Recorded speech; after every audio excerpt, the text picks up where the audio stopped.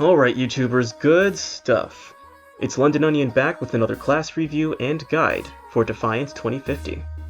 And in this review we're going to be discussing the Engineer class. Now, there is always multiple ways to use a given class, and consequently anything I say is debatable and to be taken with 2 grains of salt. Our main focus will be on the class skills and how the combination of skills can best benefit the user and their weapon loadout. Okay, so the Engineer is that unique class without a defined role, the charade of Soul Calibur, the Iron Man of the Avengers, the jack of all trades. Engineers specialize in the use of smart or autonomous equipment as their main offense and defense. They are adaptable to pretty much any circumstance, whether laying down heavy fire, toughing out punishment, or providing aid to their allies. The Engineer essentially takes a page out of everyone's book and makes one of its own. Just like our past 2 class reviews, the Engineer seems to follow the trend of having 2 main styles of skill sets throughout its skill tree. I will coin these as the Supporter / War Machine and the Lifer. War Machines are more focused on offense and buffing their allies. Lifers are oriented towards survival and contingencies to any circumstance. Technically, no class is locked into any particular loadout, but for the purpose of consistency, the class build will be constructed with the assumed loadout of LMGs and any other explosive or automatic as a secondary. This choice will be explained later on in this review. So our first skill is Fury. Upon activation, a combat drone is summoned for a maximum of 20 seconds and acts as an offensive support. Fury is armed with 2 weapons, a machine gun and what appears to be a heavier single-shot energy projectile, dealing heavier damage. A couple significant aspects of the drone is that it not only follows you around, but has a surprisingly good amount of range. Additionally, it appears as though it cannot be destroyed. This drone is essentially the bread and butter of any Engineer, and has a moderate cooldown of 30 seconds. Our first tier of skills consists of Flechette rounds, Testudo, and micro thrusters.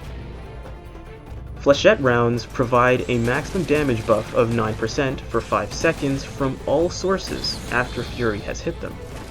This is a very niche skill, meaning that its application is severely limited, but can be highly effective if executed correctly. This perk is oriented to team-based play, such as arenas, co-op stages, and arcfalls. Additionally, this skill is best used against key targets, i.e. tough enemies and bosses. Our second skill is Testudo, which restores one's vitality by a maximum of 2% every second as long as one is stationary. This sounds like a very insignificant skill, but can dramatically change the outcome of one's attempts at recovery, as well as the effects of other skills and one's choice of shields. After testing the perk out, there is a significant difference in one's health regeneration. However, it is important to note that if one invests in this skill, they will benefit most from Rebels, less from Resparks and Rhinos, and least of all from Ironclads and Tachyons, as they provide the least health benefits.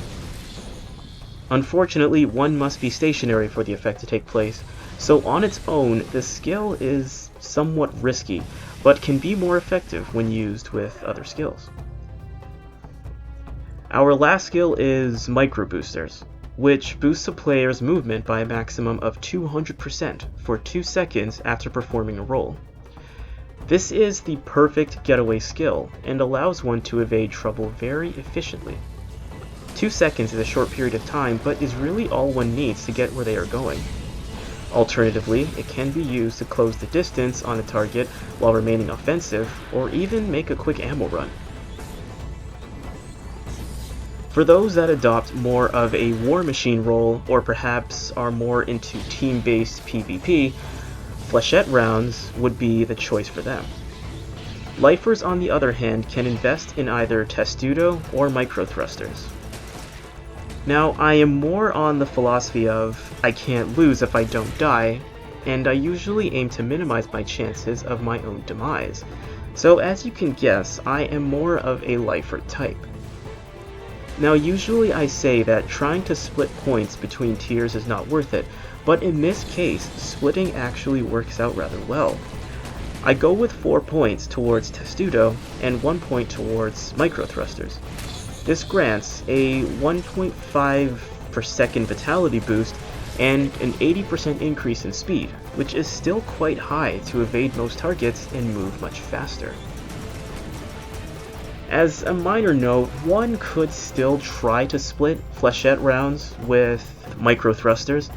However, because it's only a 9% maximum damage increase from all sources, I highly doubt anyone would really find anything less than that to be very significant.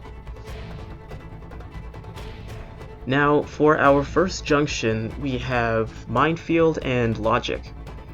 Minefield acts as a grenade, but lays out a series of proximity explosives in a small area with a minimum of 30 seconds to cool down. This pretty much acts as an exclusion zone, and makes very quick work of weak enemies, and does significant damage to tough enemies if thrown correctly. Logic is the gentle version of Fury, a support drone that absorbs and reduces incoming damage for a maximum of 20 seconds and a cooldown of 30 seconds. Now, Logic will periodically zap the engineer, and it seems that after this zap, Logic absorbs damage. After enough damage, however, it simply has a reductive effect. And although there is no percentage given, the amount of punishment one can take with Logic active is quite high. For War Machine type players, they may be more enticed by the Minefield grenade, as most tough enemies won't last very long provided the throw is accurate enough. Those in the Lifer gang would benefit most from Logic. Logic can become especially useful when using Testudo. With Logic activated, one can use the damage absorption time to give a major boost to their health and optimize recovery. As a Lifer, I choose Logic. Our next tier consists of Siphon Strike, Frenzy, and Surprise Package. Siphon Strike creates a damage over time effect for 5 seconds for a maximum of 100% of the damage given. Originally, I thought this was a rather interesting perk. However, I consider it counterproductive to what it is meant to accomplish. A great portion of weak enemies die immediately upon a melee strike, cutting the siphon short. Tough enemies are best avoided and kept at a range. Plus, if one is really in need of health, the last thing they want to do is get in close for a health boost. The only reason one has to invest in this perk is for emergency purposes, but even then the investment is highly questionable. Frenzy buffs the accuracy and damage of allies by a maximum of 15% for 5 seconds upon Fury making connected hits. This is another one of those niche perks and can be best paired with flechette rounds, creating a compounding bonus for one's allies provided they are close enough to Fury. Surprise Package leaves a proximity mine in the same area one throws their grenade, essentially creating extra damage for tougher enemies and completely eliminating weak enemies. The proximity mine, however, does half the damage of one's grenade. It's still a worthwhile investment nonetheless. As a supporter of War Machine, Frenzy would make the most sense, especially if one has been following the other supporting perks. For lifers, Siphon Strike is probably not an ideal option as I had just discussed. Frenzy or Surprise Package are the best options in this onion's opinion. Personally, I go for Surprise Package.